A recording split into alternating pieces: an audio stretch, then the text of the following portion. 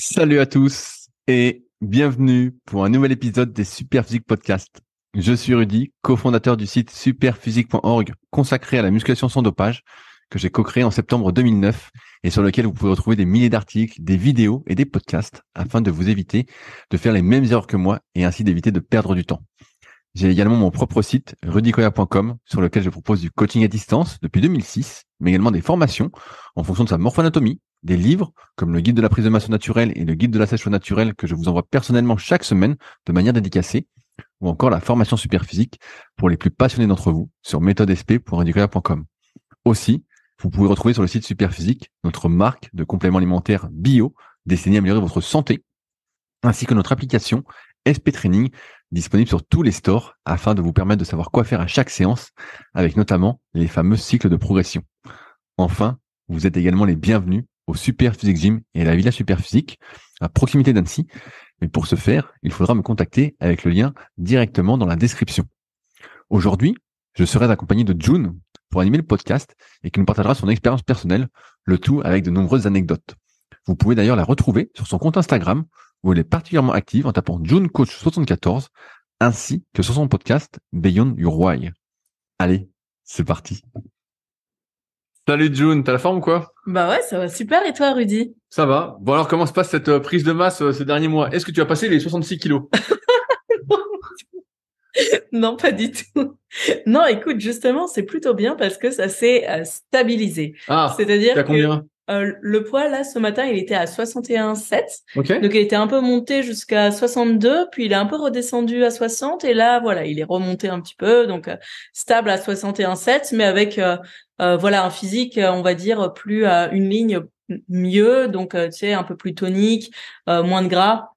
Donc voilà, ça se fait au fur et à mesure. Forcément, quand tu prends du poids, au début, tu fais un petit peu de rétention d'eau liée à l'augmentation des glucides. Mais comme je t'avais dit, on est passé plus sur une augmentation des lipides. Et depuis, quand même, je dois dire que bah voilà, C'est mieux? il y a une meilleure énergie déjà, une meilleure gestion de l'énergie. Et puis aussi, bah ouais, il y a une ligne qui est un peu mieux parce qu'il y a moins de glucides, quoi. Ok, Même s'il y en a beaucoup. tu te sens moins gonflé d'eau?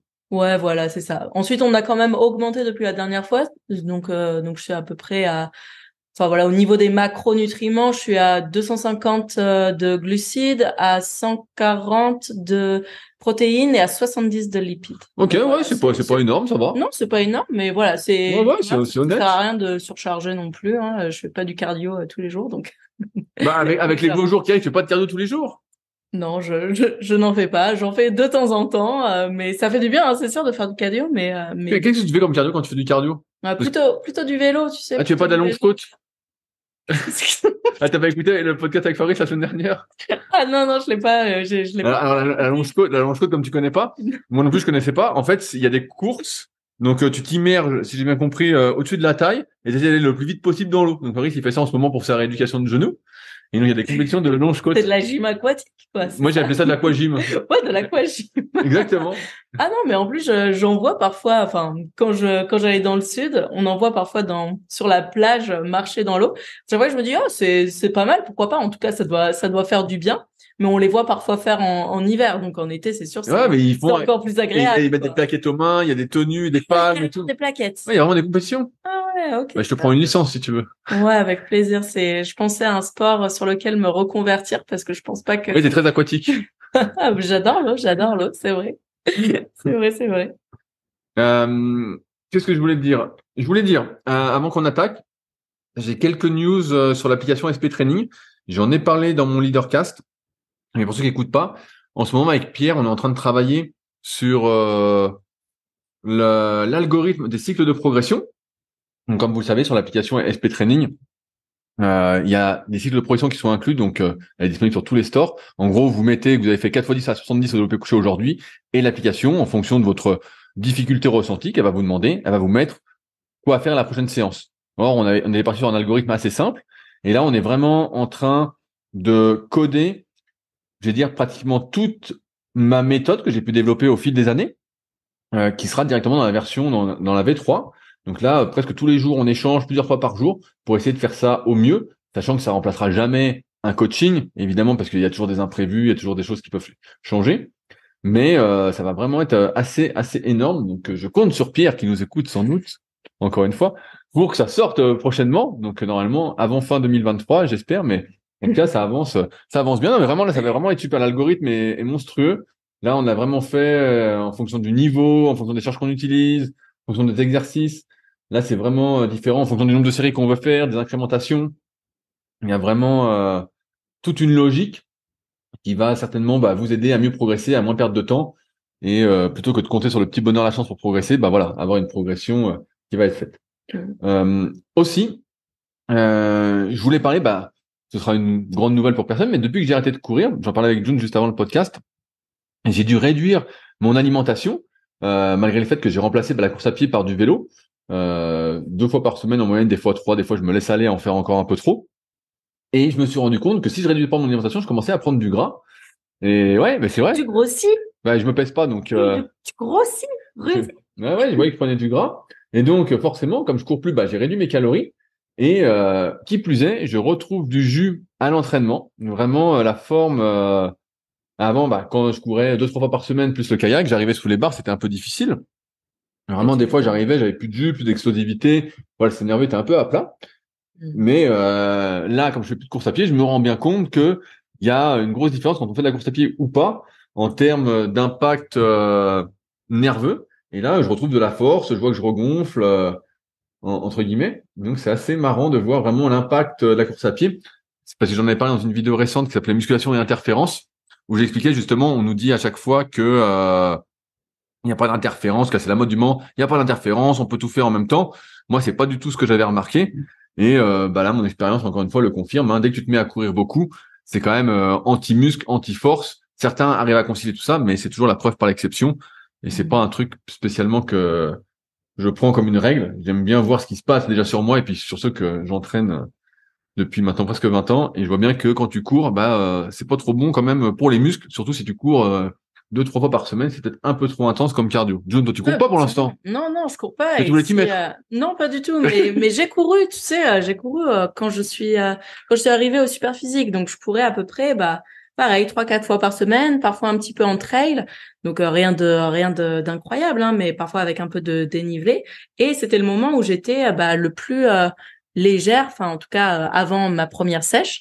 Donc, je pesais à peu près 50 kilos, quoi. 50 kilos? Mais t'étais un vrai coucou. Ouais, un vrai coucou.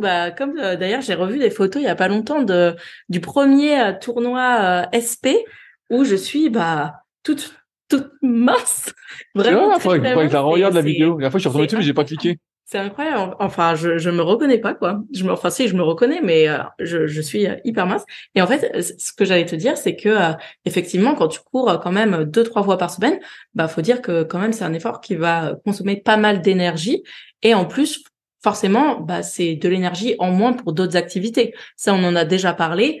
Oui, on peut tout faire, mais est-ce que c'est vraiment adéquat? Est-ce que c'est pertinent par rapport à vos objectifs? Si c'est dans le cadre d'une prise de poids, d'une prise de muscle, faire beaucoup de cardio, ça va forcément pas être. Ça va à l'encontre. Ouais, voilà, ça va complètement à l'encontre. J'ai un de mes élèves d'ailleurs qui m'a dit oui, j'ai envie de commencer à courir 3 fois par semaine. Oh, putain. Alors qu'il m'a dit que sur le long terme, d'ici 3 ans, il veut faire une compétition de bodybuilding. Bon, voilà, c'est sur le très long terme.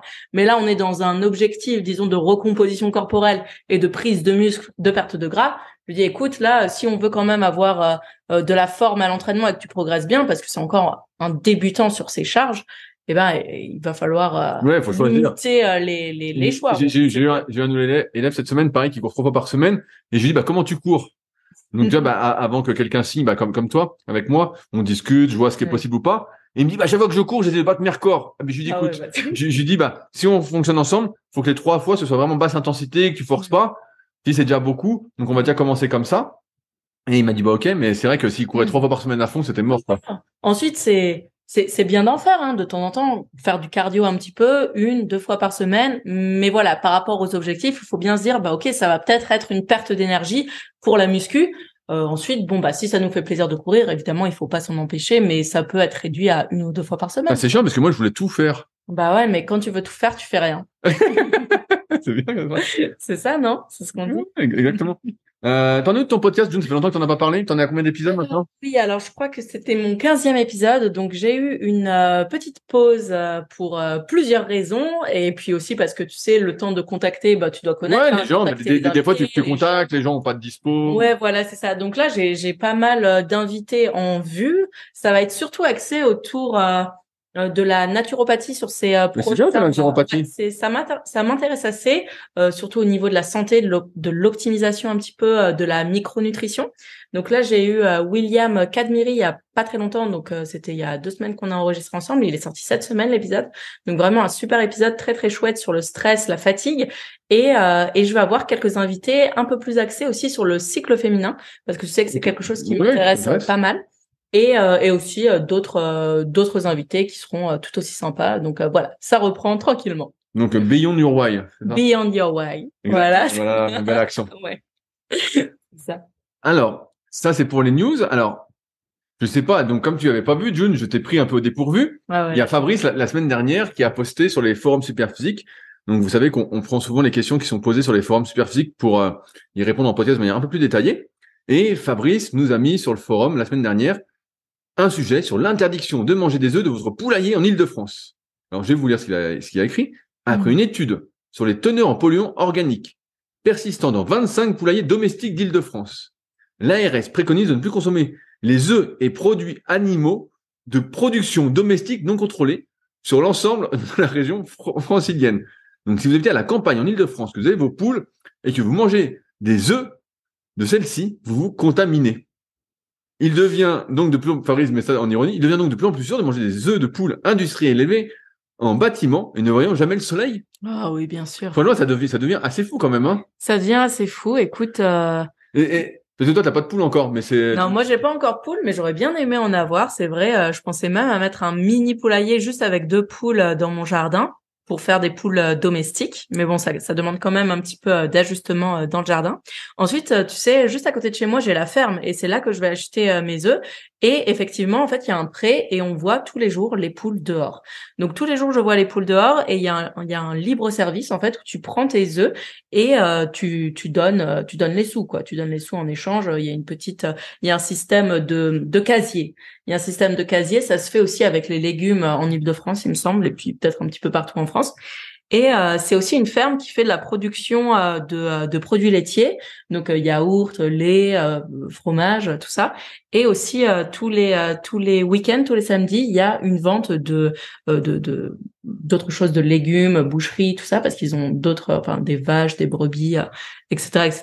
Donc moi personnellement, bon mais c'est que des trucs contaminés, là. je sais pas, mais en tout cas moi Tu vas mourir dans l'atroce souffrance. je vais super bien et puis je mange 4 œufs par jour, donc 4 œufs par jour! Et le cholestérol, alors? Tu prends des statines? non, écoute, je me porte très très bien et je me porte bien mieux depuis que je mange 4 œufs par jour que quand je n'en mangeais pas. Parce que, voilà, Fabrice, si tu écoutes, moi aussi j'ai été végétalienne. D'ailleurs, est-ce que c'est pour ça que j'avais proposé la recette de tchatchouka À l'époque, je sais pas. mais probablement, peut-être. Non. Mais sur le cholestérol, je reviens rapidement là-dessus parce que c'est toujours une blague. Ouais. En théorie, 80% du cholestérol qu'on a dans le sang, sur les prises de sang, est produit par le corps directement et ne vient pas de la consommation qu'on en a, donc d'apport exogène, comme les œufs. Donc en fait, de manger beaucoup d'œufs, normalement, n'a pas spécialement d'impact, sauf à hauteur de 20%, sur le cholestérol sanguin. Et donc, bon. Et après, l'histoire des statines, si vous lisez les bouquins, notamment de Michel Delorgerie sur le cholestérol, vous voyez que le cholestérol, c'est juste un marqueur et c'est pas vraiment le problème. Et donc, comme d'habitude, on nous prend pour des cons en nous conseillant de diminuer les marqueurs avec des médicaments, alors que c'est pas ça le fond du problème. Ouais, tout à fait. On cache l'arbre qui cache la forêt. C'est ça. Et au niveau des prises de sang, quand on voit qu'il y a un cholestérol élevé, il faut pas s'y fier seul, comme tu dis. Il faut aussi regarder les autres marqueurs, le HDL, le LDL, le cholestérol total, et faire faire un petit peu comment dire, les déductions avec les autres marqueurs, parce que prendre un truc sans rien d'autre, en fait, c'est assez réductionniste. Bien sûr, ça vous Et ce qui a vraiment un impact, disons, sur les triglycérides, ça va être aussi tout ce qui est alimentation transformée. Voilà. Et là, par contre, oui, on rentre dans des choses un petit peu plus qui peuvent être plus embêtantes pour la santé, alors que les œufs, voilà, vous pouvez en manger. Bien sûr, moi je suis à 8 par jour depuis des années. depuis des années. Donc, Bon, ça va, t'as l'air de bien te porter. oui, pour l'instant. T'as pas l'air malade, mon petit. Pour l'instant, tout va bien. Alors, je voulais faire un retour parce que je sais que tu as changé d'entraînement récemment et je voulais que tu nous fasses un retour sur le fait parce que tu as fait les cuisses 3 fois par semaine pendant une longue période. Ouais. Qu'est-ce que ça a donné en termes de résultats? Parce que là, on peut dire que c'est de l'hyperfréquence parce que c'était 3 vraies séances cuisses. Ouais, c'était 3 Et vraies est-ce que tu peux rappeler un peu les différences qu'il y a eu entre tes différentes séances cuisses et après parler des résultats que tu as eu en faisant ça? Bien sûr. Alors j'avais une séance classique, on va dire, avec un top set, un back off set, donc une séance. Donc un top set, c'est-à-dire que tu faisais une série lourde. Ouais, c'était une série lourde, une montée en charge, une série lourde, une série légère. Donc série lourde entre 6 et 9 reps, série légère entre 10 et 15 reps. Donc voilà, j'avais quand même deux fourchettes de répétition qui me permet de travailler avec peut-être. Donc c'est du heavy duty à la Dorian Yates, quoi. Presque. Sauf que voilà, là on reste vraiment sur de l'effort musculaire, donc pas de rest pause, pas de cluster sur cette séance-là. Et le but c'était voilà vraiment de chercher aussi les sensations, de bien s'appliquer sur la technique, d'être vraiment impeccable sur la technique et de bien sentir aussi mes jambes, chose que j'avais beaucoup de mal à ressentir. Ensuite la deuxième séance c'était plus sous forme d'intensification avec rest pause. Donc là, je faisais, ça s'appelle des muscle round. Donc c'est une technique d'intensification comme un cluster en fait. Ok. Voilà. Et comment ça fonctionne alors? Tu fais des séries un peu plus longues que le cluster? C'est ça. Donc en fait, tu choisis ta fourchette tu choisis un poids avec ta fourchette de répétition de 15 reps environ à l'échec, et tu fais 4 reps. Tu te reposes 10 secondes, 4 répétitions, tu répètes ça 6 fois. Oui, donc t'en fais 24. T'en fais 24. Voilà, ça. Donc, en gros, t'en fais plus, voilà. Et tu fais une série comme ça? T'en fais une. Ah, juste une, ok. T'en fais une, et après, tu fais, voilà, j'avais une séance comme ça. Une séance comme ça, donc, qui était quand même assez taxante aussi nerveusement.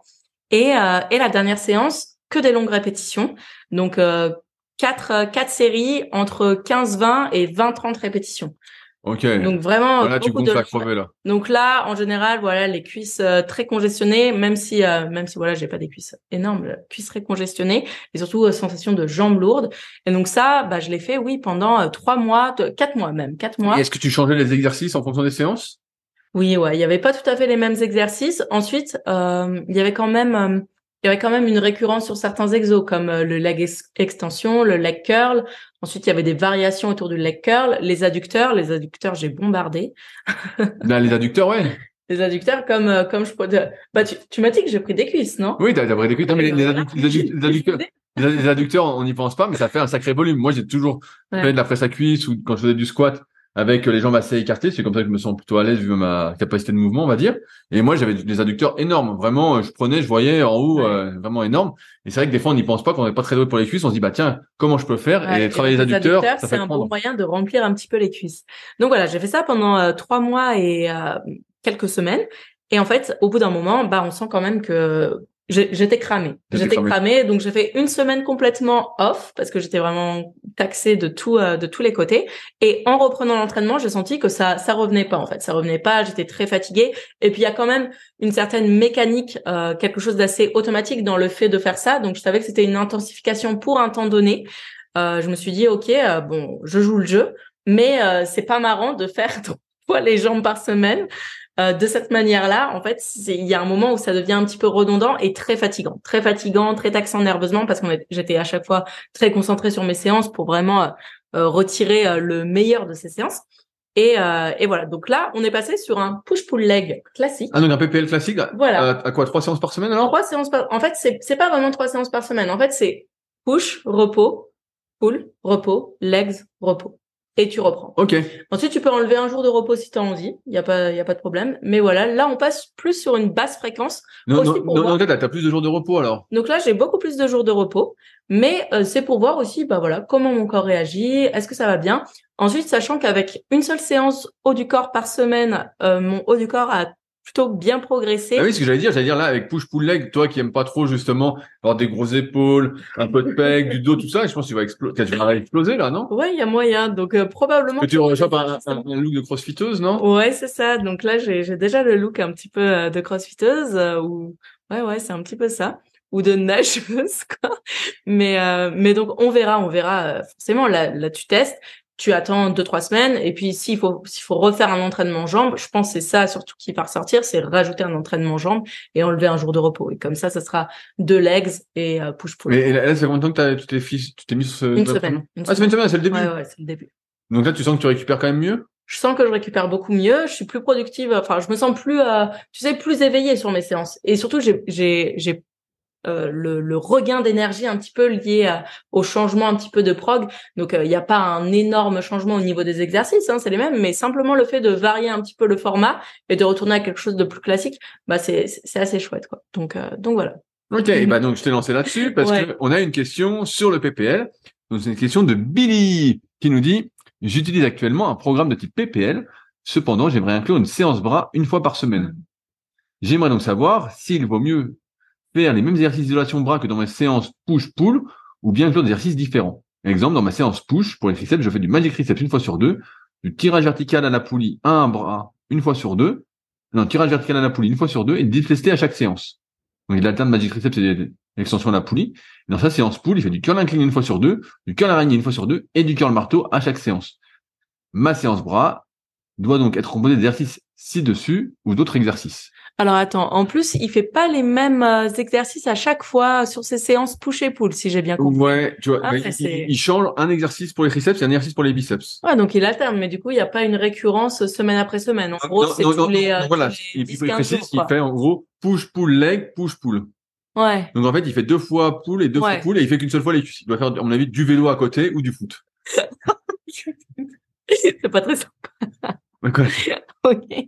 Et donc souvent, avant que tu te laisses la parole, souvent c'est le problème dans les PPL, c'est que comme les bras sont travaillés en fin de séance, quand on n'est pas spécialement fait pour les bras, on est plutôt longiligne, on a des longs bras, en plus quand on a des longs bras, des longs segments osseux, souvent on a des muscles courts en comparaison, ce que j'explique bien dans le tome 1 et le tome 2 de la méthode Superphysique, et forcément on a encore plus de mal à prendre les bras si on les travaille en fin de séance une fois qu'on est rincé, et donc forcément c'est toujours la question, c'est comment faire au mieux en fonction de sa morphologie pour prendre des bras. Et il y a plein de personnes qui restent un peu coincées sur le PPL sans que je comprenne trop pourquoi, même si c'est un entraînement effectivement assez facile à mettre en place. Il n'y a pas trop besoin de réfléchir.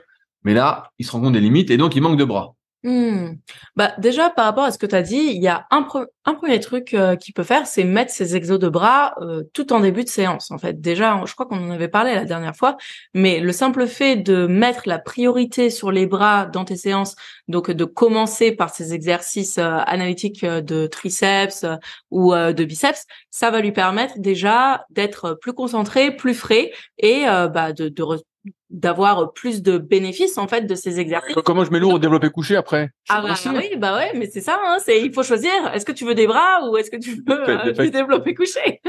Non, mais voilà, il y a tout est une question de priorité. Et puis après, par rapport à sa séance, donc il mettrait de manière localisée sur les bras, bah là oui, ça passerait sur un espèce de split en fait. Bien sûr. Ce qui est ok aussi, hein, il y a pas de problème à faire du split. Je pense en fait le PPL c'est bien à partir du moment. Non, t'inquiète, on n'entend pas, on n'entend pas. Ok, c'est bien à partir du moment où on a déjà quand même quelques bases. Moi, je suis passée par le split quand j'ai commencé et c'était très bien. Donc voilà. Ensuite, quand il y a vraiment des points faibles à travailler, bah peut-être effectivement que c'est mieux de passer par du split parce que ça va permettre davantage de se concentrer sur les points faibles. Donc voilà. Ensuite, j'ai pas lu le reste de la conversation, mais il s'appelle Bob. Billy, pardon. Bob. Billy. J'ai fermé la fenêtre parce que il y a le tracteur. Ouais, il y a le tracteur dans le champ d'en face de la Villa Superphysique qui est en train de retourner toute la terre. C'est la première fois en 4 ans que je vois retourner la terre. C'est vrai? Ouais, non, mais il retourne jamais la terre comme ça. Bref. Alors, pour revenir sur la question de Billy, et je veux te relancer là-dessus, June, c'est qu'il alterne un exercice, donc il a un exercice commun à chaque fois pour les bras et à chaque fois il alterne. Ouais, est-ce que toi, c'est un truc que tu ferais faire, ça? Alors, quand je réfléchis un petit peu, ensuite, ça dépend de son niveau. Donc voilà, là, il n'y a pas de photo, tout ça. Mais par exemple, pour un débutant, moi, je préférerais mettre une fréquence un peu plus élevée sur un même exercice plutôt que de lui faire alterner séance après séance.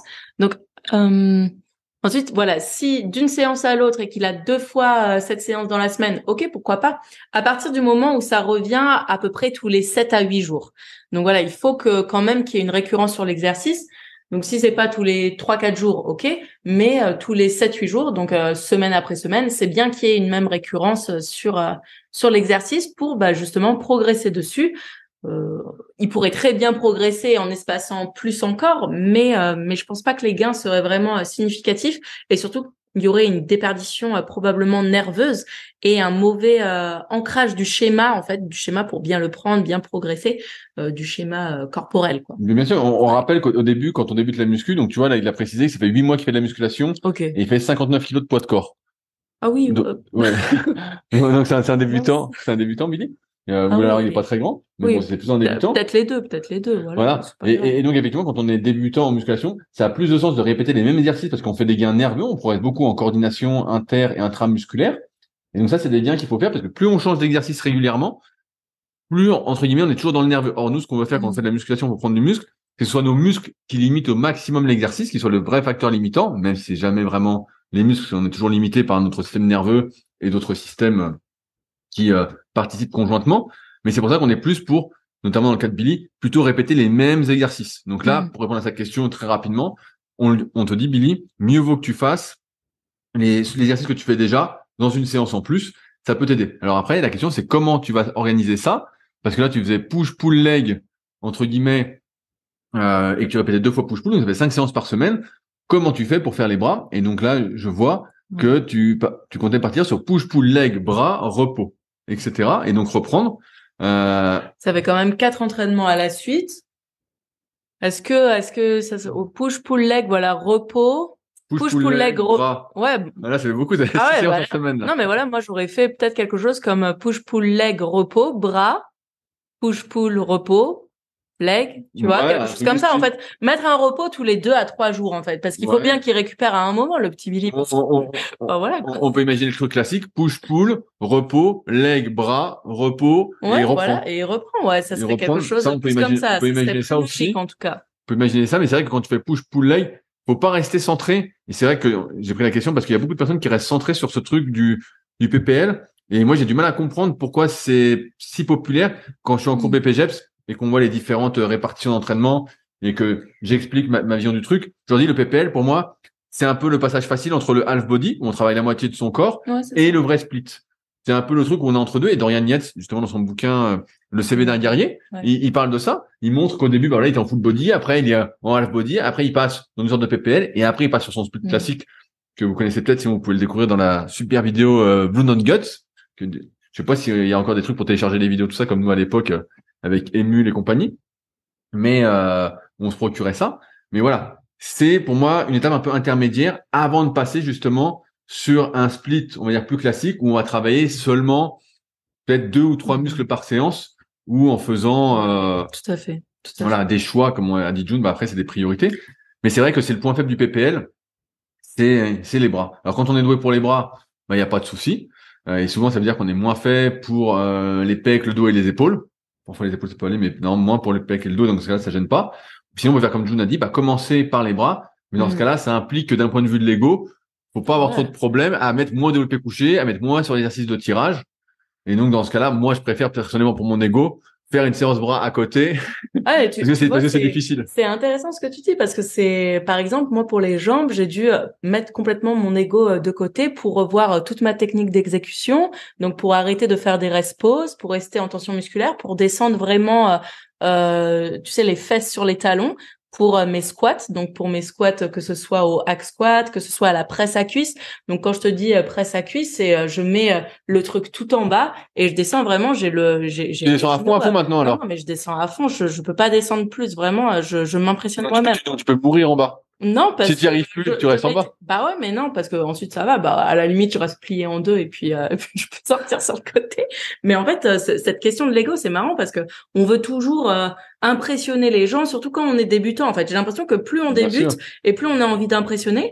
c'est ce que je dis quand même à mes élèves, c'est la musculation, on l'a fait pour soi, Et qu'est-ce que tu veux en faisant de la musculation? Est-ce que tu veux juste montrer que t'es fort ou est-ce que tu veux développer ton muscle? Si tu veux développer ton muscle, bah tu mets l'ego de côté et tu te concentres sur tes muscles. Pour apprendre à les utiliser. Pour apprendre à les utiliser. Donc voilà, peut-être tu réduis la charge. Ensuite, c'est bien parfois de forcer. Il faut de temps en temps passer par des moments où tu vas forcer, où tu vas utiliser la triche consciente. Tu en as tout à fait parlé, où tu vas utiliser le reste. Mais c'est un choix. C'est très bien, mais c'est un choix et ça doit être un choix conscient. Voilà. Et puis une dernière chose par rapport à Billy qui a peut-être un niveau débutant. Moi aussi, j'ai beaucoup d'élèves débutants qui me disent June, qu'est-ce que je dois faire là? Est-ce que je dois faire une sèche ou une prise de masse? Je leur dis ni l'un ni l'autre en fait. Là, le poids on le stabilise, on augmente doucement les apports et puis surtout tu te concentres sur ta muscu, mais il n'y a pas besoin de faire trop d'analytique. Un vrai point faible, ça se voit après plusieurs années de musculation. Bien sûr. Donc voilà. Moi, la première année, je pouvais pas dire j'ai un point faible jambe. Après 3 ans, bah oui, là, je peux dire j'ai un point faible jambe. Enfin voilà, que j'ai un retard en tout cas jambe qu'il faut et que c'est pour ça que je mets en place des choses plus sur les jambes. Mais voilà, là, 8 mois de musculation, ça me semble un peu tôt pour faire de l'analytique sur les bras. Ensuite, chacun fait ce qu'il veut, il y a pas de problème. Voilà, chacun fait ce qu'il veut, mais parfois il vaut mieux se concentrer sur les exos un peu plus larges comme le développé apprendre à maîtriser les exercices qu'on fait plutôt que de vouloir en rajouter sans arrêt. Et donc, je reviens là-dessus. Tu parlais de tension musculaire. Et c'est vrai que nous, avec Superphysique, on a souvent dit qu'il fallait être explosif, entre guillemets. Et toi, là, justement, tu as changé pour être moins explosif, pour moins profiter de l'inertie, notamment sur les cuisses, qui était un point faible, qui a comme tu dis, un retard.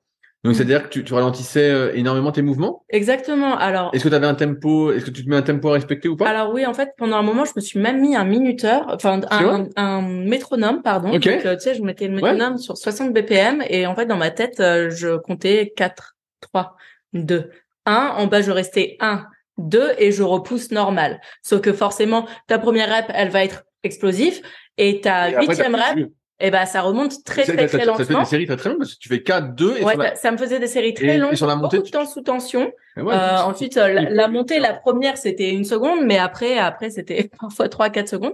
Mais en fait, des répétitions de 10 secondes pratiquement alors à la fin. Non, mais j'avais parfois par exemple, sur mes 15-20, parfois j'avais des séries de 1 minute, 2 minutes. Et est-ce qu'on peut apparenter ça, même sur ta série de 10 répétitions avec ce tempo-là? Finalement une série longue? Pour moi oui, parce que forcément tu vas être plus longtemps sous tension. Donc ensuite dans la prise de muscle, on sait très bien que c'est pas du tout le seul facteur de l'hypertrophie mais comme tu n'avais jamais fait des séries aussi longues. Mais voilà, moi j'avais jamais fait de séries aussi longues, j'avais jamais été autant sous tension. À un moment donné, il faut bien se dire OK, j'ai testé ça, ça n'a pas marché ou en tout cas ça a peu marché sur mes cuisses. Là maintenant, je teste autre chose. Et qu'est-ce que ça a donné en termes de progression en charge justement sur les exercices? Est-ce que ma question c'est parce que moi j'ai essayé ces trucs d'être voilà, c'est ma question, c'est d'être hyper strict comme ça, d'être vraiment sur musculaire entre guillemets, de supprimer au maximum l'intervention des fuseaux neuromusculaires, l'inertie, d'être moins dans le système nerveux, on va dire, d'utiliser son système nerveux de manière efficiente comme un sportif ferait, comme en musculation sportive on ferait. Est-ce que tu as réussi à progresser sur tes charges avec ce tempo-là? Oui, j'ai réussi à progresser sur mes charges. Ensuite, il faut dire que moi, après des séries comme ça, je vois les étoiles, quoi. Parfois, je sors de la presse à cuisse ou du hack squat, j'ai qu'une envie, c'est rentrer chez moi. Donc, nous sommes avec Jude Menzer. Pas du tout. Pas du tout les mêmes charges. Mike. Mais par contre, alors oui, j'ai eu une régression sur mes charges puisque je n'utilisais plus ni le rest pause ni et que je retenais énormément mes charges. Mais à partir de cette régression, j'ai reprogressé et même jusqu'à aller au-delà de mes précédentes charges. Donc au final, les gains sont quand même là. Est-ce que le fait d'aller parce que tu as été faire ces séances-là dans d'autres salles, pas pour Super Gym, est-ce que justement d'aller dans d'autres salles où tu connaissais personne t'a aidé pour le côté égo? Parce que si on t'avait vu faire, peut-être que tu te serais senti jugé de rien mettre sur les barres. Non, j'aurais été au Superphysique. Heureusement, je vous connais, vous savez que parfois je teste des choses, donc j'aurais eu aucune appréhension à le faire devant d'autres personnes. T'aurais fait une petite remarque sympathique. Ouais, mais ça, sincèrement, franchement, c'est pas grave parce que de toute façon, voilà, je sais pourquoi je le fais, donc il y a pas de problème de ce côté-là. Et le faire dans d'autres salles, je dis bonjour, tu sais, le matin aux gens qui sont là, mais c'est vrai que de toute façon, je connais personne, donc. Mais en fait. quand je vois comment je descends et quand je vois une personne passer après moi à la presse à cuisse et faire des quarts de répétition, bah au final, moi je suis plutôt contente de ce que je fais en fait. Je suis Bien sûr, non, mais... plutôt contente parce que je dis bon bah voilà, je m'entraîne différemment, mais c'est bien aussi d'essayer. Et est-ce que là, en changeant d'entraînement, tu modifies aussi ton tempo d'exécution ou pas? Non. Non, tu restes très lente alors. Pour l'instant, je reste plutôt lente. Ouais, je reste plutôt lente, plutôt en maîtrise. Donc voilà, là. Est-ce que c'est l'application de ce que disait Jean Texier dans les pratiques du bodybuilding? Pour être pro, il faut se comporter comme un gros. Parce que là, tu ralentis, donc je suis lente. c'est comme si tu vivais comme un gros qui se déplaçait lentement. Arrête. Est-ce que ça fait ça ou pas? Bah écoute, de toute façon, en fait, je vois que je progresse. Et tu sais, je me réfère toujours à mes photos des années passées, donc des années précédentes, aux mêmes périodes. Là, à cette période-là, l'année dernière, je commençais ma sèche. J'étais à peu près au même poids, j'étais à peu près à 61 kilos. Sauf que là, maintenant, à 61 kilos, j'ai beaucoup plus de fessiers, j'ai beaucoup plus de cuisses, surtout. De pecs? Les clavicules, on les voit plus. Bah, j'ai plus. On voit Arrête, plus les non, clavicules. on les voit quand même un peu. Bah, t'arrêtes, oui. Je me fais taper pendant le podcast. Vous avez entendu. C'est pas ça. Je me fais taper pendant le podcast. Bah, j'ai plus d'épaules, forcément. J'ai plus de dos et j'ai plus de bras aussi. Et... Plus de coups. Après, du coup, un peu, on dirait un peu The Rock de dos. Ouais, c'est ça. De dos, on dirait The Rock. T'as pas un t-shirt Training Paradise? Ah, donc tu gardes le même tempo, putain, ouais. Donc là, t'es vraiment... Je garde le même tempo, donc ce qui fait que quand même, à un certain stade, par exemple sur les dips, étant donné en plus que c'est pas mon premier exercice, c'est assez difficile de progresser parce que j'utilise ni rest pause. Donc dès que je prends une pause en haut, je me dis, ok, la série est terminée.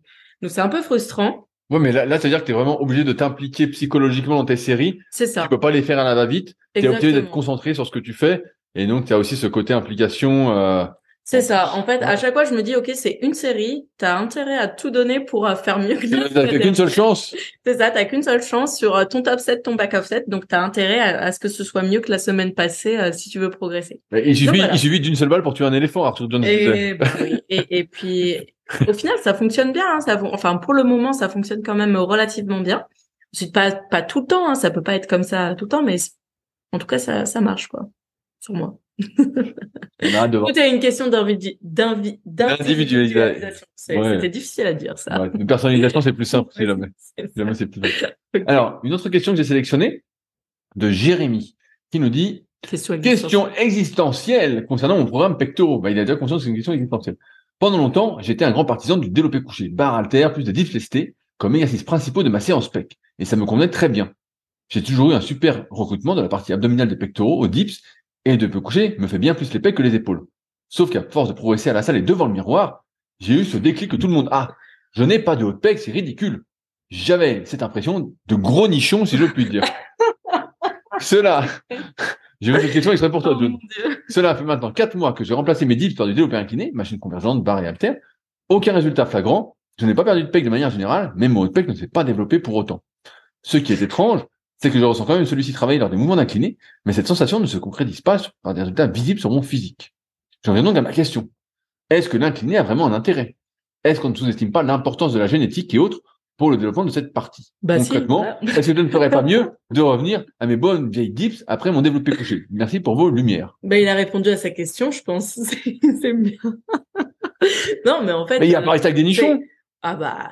Peut-être que si, hein, on en sait rien. Ensuite, il faut voir aussi son niveau de son taux de masse grasse. Parfois, voilà, il dit 12-13%. Il fait 1m72, 64 kg, donc il est pas bien lourd. Ouais. Donc il est pas si grave. On regarde en même temps. Bon, il n'y a pas eu beaucoup de réponses, donc on va lui répondre en détail. Donc June. Moi, j'ai un haut de pec. Tu vois plus tes pieds. Si je baisse, je ne peux plus voir. Quoi. Non, mais c'est intéressant comme question parce que la question de Jérémy, c'est une question qui est revenue souvent depuis que je suis sur les forums de muscu, donc depuis plus de 20 ans. Et en fait, on est arrivé un peu à cette conclusion, malheureusement, qui est vraie, c'est que le haut de pec, c'est un muscle, quand on est naturel, une partie du muscle qui est hyper dur à développer naturellement. Je sais pas pourquoi, mais alors il y a un point de vue morpho-anatomique. Moi, quand les gens viennent, notamment pour les coachings premium, je peux leur montrer facilement, ou je le montre bien encore une fois dans la méthode super physique, c'est que on regarde quand on est debout comment s'insère le faisceau antérieur sur la clavicule, et plus il s'insère loin sur la clavicule, donc plus il va être vers le milieu de la clavicule, plus il est en oblique, et plus on est fait pour l'avant d'épaule. Et donc, ça veut dire que là, c'est pas compliqué. Quand on va faire de l'incliné, l'avant d'épaule va tout de suite bosser. Donc, la solution hypothétique, c'est, en théorie, c'est de mettre le banc un peu moins incliné. Donc, on va dire, vous mettez à 15 degrés. Sauf que parfois, ça suffit pas. Donc, ça, c'est le premier point. Ensuite, on a remarqué aussi, Michael Gandhi en avait beaucoup parlé à une époque, c'est qu'il y a 3 muscles qui réagissent énormément aux stéroïdes anabolisants. Je crois que Jean Texier en parle aussi peut-être dans Tout savoir sur les anabolisants de mémoire. Bref, et ces 3 muscles, ces 3 portions de muscles, c'est l'arrière d'épaule. Donc on voit les gars, ils ont des épaules hyper carrées, c'est incroyable, alors que naturellement, faut y aller. Donc moi j'ai du bol, c'est plutôt un point fort, je l'ai tellement fait aussi que voilà. C'est l'infraépineux. Donc ce qu'on vous fait faire en général, qu'on recommande de faire des Hellfly en échauffement avant les séances. Ouais, bon, il n'y a pas que ces exercices-là à faire, mais voilà. Il y a ça. Et il y a le haut de pec. Et souvent, on reconnaît un pratiquant dopé. Il n'y a pas que ça comme signe, mais parce que le gars, il a des épaules hyper carrées, il a des bosses dans le dos partout, et puis il a le haut de pec qui est prêt à dégueuler. Et on se dit, oh putain, c'est bizarre, que naturellement, ça n'existe pas. Nous, dans la team super physique, si vous regardez sur le site, on a eu Patrice, qui doit toujours être en photo peut-être, année 2008-2009. Et lui, justement, il avait pas d'épaule. Il avait des épaules très très courtes, on voit vraiment. Et par contre, il avait le haut de pec qui gonflait rien qu'en faisant du développé couché. Donc, il était avec, il avait du bol quand il faisait développé couché. Je crois qu'on faisait même pas d'incliné. C'était l'époque où on faisait tous des développés couchés à crever. Et voilà, ça venait tout seul. Donc, effectivement, il y a une grosse part génétique. Et là, on parle juste du haut de pec, mais c'est valable pour l'ensemble des muscles. En fait, la musculation, et comme notre activité, il y a une grosse part de génétique. Quand, soit on est fait pour un truc, soit on n'est pas fait pour un truc. Quand t'es pas fait pour un truc, tu cherches des solutions, tu forces un peu la nature. Voilà, j'en parle dans mon leadercast qui est sorti cette semaine. Donc, tu deviens un peu expert, mais tu forces la nature. Et t'as des gars à côté qui ont fait que du développé couché, ils prennent de tout le pec. Partout, ouais. Alors après, ce que tu dis, Jérém, moi aussi, quand je faisais beaucoup de dips, c'est vrai que ça me faisait beaucoup plus le bas de pec, et je voyais effectivement que coucher plus dips, ça me faisait pas des nichons, mais ça faisait plus le bas de pec. Je voyais que voilà, ça donnait une autre forme. Non mais c'est vrai, ça donnait une autre forme de pec. Et donc après, j'ai refait un peu, j'avais arrêté les dips, et comme par magie, voilà, la forme du pec entre guillemets, ce qui était développé, on ne change pas vraiment la forme d'un muscle, du moins pas autant qu'on aimerait. Et c'était revenu un peu normalement. Donc peut-être que en arrêtant les dips et en faisant que du développé couché, et peut-être je sais pas, peut-être du décliné parce que ça étire un peu moins, donc ça sera peut-être moins le bas des pecs. Et t'arriveras à changer un petit peu la forme de tes pecs. Mais c'est vrai que la génétique, c'est pour ça que des fois certains disent, ouais, mais t'as vu, lui il a des résultats, c'est parce qu'il doit s'entraîner dur, il doit faire ci. Parfois les meilleurs, moi c'est ce que j'ai remarqué au fil des années, c'est que les meilleurs, c'est pas ceux qui font tout bien, c'est ceux qui sont les plus doués souvent. Et c'est à ça qu'on reconnaît un culturiste pro, hein. C'est un type, on le regarde, il a pratiquement aucun point faible. Vraiment, il a tous les muscles longs ou presque, et même naturellement. On a notre pote Anto qui a fait une compète. Ouais. Donc Anto de la team Super Physique aussi, là, qui avait participé nombreuses années au Super Physique Games, qui a fait une compétition de culturisme cette année, qui a été pris en équipe de France. Et quand on regarde Anto, il a pratiquement tous les muscles longs, en fait. Il y a que les mollets qu'il a de tout pourri, qui sont vraiment courts. Ouais, mais tout le reste, tout le reste est long. Tout le reste est long. Et c'est vrai que là, sur scène, il était super. Bon, il y avait une sèche du tonnerre. Et on voit, au fil des années, il s'est bien développé. Il a un super physique. Et bref, là, il a fait vice-champion de France. Et donc, il va faire championnat d'Europe culturisme naturel. Et voilà. Et à l'inverse, moi, j'ai eu des élèves, un peu comme Billy, 1m60, je sais pas combien mesure Billy, mais qu'on disait tout à l'heure, mais voilà, 1m70, 59 kilos, que des muscles courts, des longs segments, une sauterelle, entre guillemets. Et puis, en fait, tout est compliqué, tout se rétire. Quand il fait des développés couchés, il a les coudes qui se touchent dans le dos. Quand il fait du squat, on dirait un good morning. On va dire oui, c'est la mobilité, mais bien sûr, mais en plus, t'es peut-être pas fait pour être bien souple ou bien mobile. Voilà. Tout le monde a pas les capacités. Il y a ça. Ensuite, il faut quand même dire un truc. Anto, ça fait plus de 15 ans qu'il s'entraîne. Bien sûr. Voilà, Billy, ça fait 8 mois. Et Jérém, je sais pas. On sait pas depuis combien de temps il s'entraîne, mais voilà, c'est sûr qu'il y a une grosse partie génétique, comme tu l'as dit. Aussi une partie de bien faire son entraînement en fonction de ses points forts, de ses points faibles. Mais c'est clair qu'il va pas changer la forme. Ouais. Et je me souviens d'un truc justement qui me revient sur les mollets. Je sais plus où j'avais vu ça. Mais quelqu'un qui disait que qui avait vu une ou plusieurs études sur le sujet, qui disait que tu faisais les mollets, donc forcément quand on fait les mollets, tout le monde sent bien les mollets, hein. Toi aussi tu sens bien les mollets, moi aussi, hein. Super bien, et ça gonfle, tu dis oh c'est génial, et puis 2 heures après t'as plus rien, puis le lendemain c'est comme si t'avais rien fait à part faire des courbatures quoi.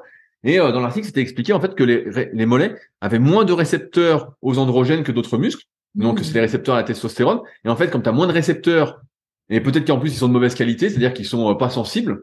Et en fait ça se développe pas. C'est comme si tu pisonnes dans un violon quoi, en gros, et puis voilà. Non mais vraiment. Et donc peut-être que pour le haut de pec c'est un peu la même chose, c'est qu'en fait ok, tu sens bien tes pecs, mais comme t'as pas des récepteurs qui sont en nombre suffisant et qu'en plus ils sont pas très sensibles, et ben en fait tu sens, et en fait le lendemain tu te dis putain mais en fait j'ai rien pris. Donc c'est pour ça que encore une fois quand t'es pas fait pour un muscle, ok bah tu essaies de forcer la nature, mais si ça vient pas, ça vient pas. Et moi je suis d'avis avec le recul de pas s'acharner non plus, surtout que l'incliné, bah c'est un mouvement qui peut parfois étirer encore plus que le développé couché. On a des longs bras et pas de cage, on a les coudes vraiment derrière, ça fait une grosse amplitude. Et donc on sait très bien que d'un côté c'est efficace pour randonner, donc peut-être que tu as pris des épaules, Jérém, mais on sait aussi que c'est ce qui est le plus dangereux à terme. Et comme les blessures surviennent toujours progressivement sans qu'on s'en rende compte, bah, autant éviter ça si possible. Ensuite, sur une machine convergente, parfois tu peux un petit peu régler l'amplitude selon les machines utilisées. Je sais qu'il y a certaines Panata. Enfin, moi, j'utilise une inclinante, une convergée, Oh là là là là! la fatigue. Quelle fatigue! Une convergente inclinée qui me permet. C'est la bronzée que tu as fait cet après-midi? C'était toute bronzée, t'as bronzé cet après-midi. J'ai rien bronzé, j'ai fait que des. Putain, c'est inadmissible. Ah là là là là. Donc la convergente inclinée où je peux vraiment moduler la. Ouais, l'amplitude, Et tu en peux plus, choisir d'où tu pars, quoi. c'est ça, il y a une pédale pour Pour pas partir d'en bas. Ouais, voilà, c'est ça, exactement. Ouais, bah ça c'est génial. Donc ça c'est assez bien. Donc voilà, ça dépend de sa convergence. Mais ouais, malheureusement le haut de pec quand c'est naturel, bah ouais, c'est et donc c'est pour ça moi je faisais un peu d'incliné. Et même sur mon expérience, à un moment j'avais fait de l'incliné parce que j'essayais de passer le niveau titan du club super physique et on avait mis l'incliné je crois à 10 à 120 et je m'étais dit bon bah développé couché à chaque fois je coince à 8 fois 135 sauf quand j'avais été beaucoup plus gros, je crois que c'est 2011 ou 2012 et à chaque fois je coinçais je revenais à 8 à 135 en pesant 101 102 kilos et donc je me dis je vais me mettre à l'incliné et en faisant que de l'incliné mais en fait j'avais perdu des pecs, je faisais plus de développé couché, j'avais perdu des pecs, j'avais pris un peu d'épaule et dès que j'avais repris du couché c'est là que je me suis rendu compte que mes pecs regonflaient d'un coup quoi, j'ai pu dire mais en fait j'avais perdu des pecs. Donc l'incliné c'est rarement la panacée quand t'es naturel hein. Ouais, C'est la conclusion. C'est sûr. Alors June, Ouais. est-ce que tu prends de la créatine? Ah bah oui. Non, c'est vrai? Ah bah en fait non, c'est marrant que C'est une vraie question, c'est une vraie question.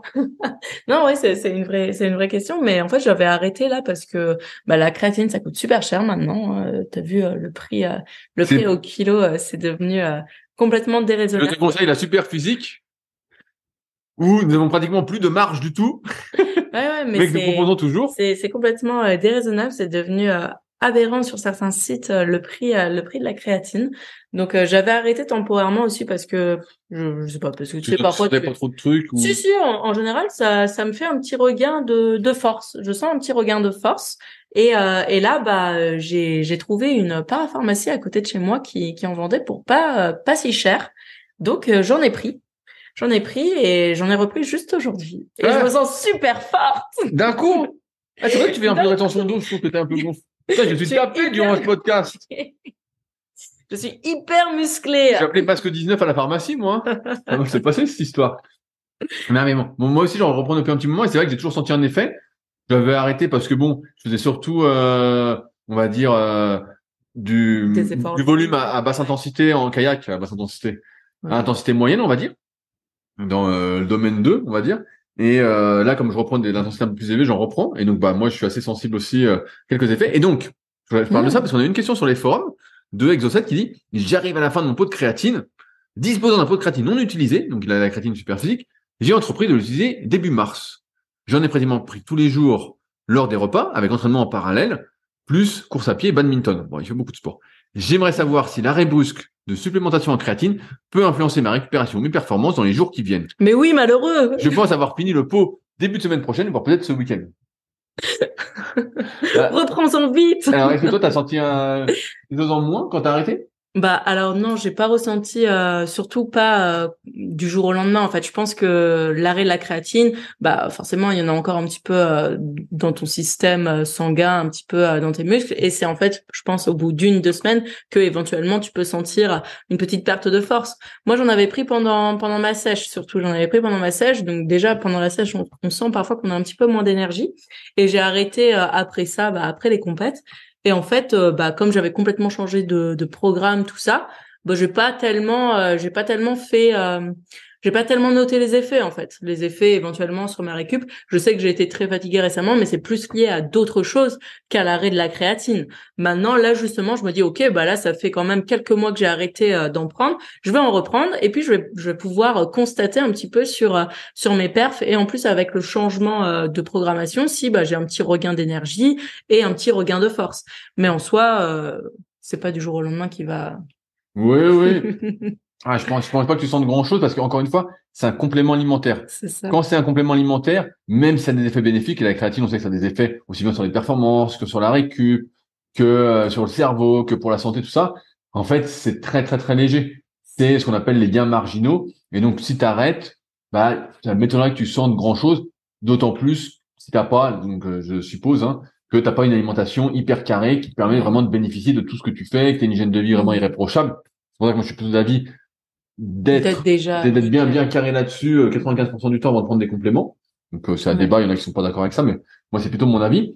Mais après nous sur Superphysique, on la vend pas si cher parce qu'on prend presque plus de marge. Donc après ça coûte rien d'en reprendre si jamais voilà. Est-ce que toi tu as senti des effets Exocet? Si oui, pourquoi arrêter?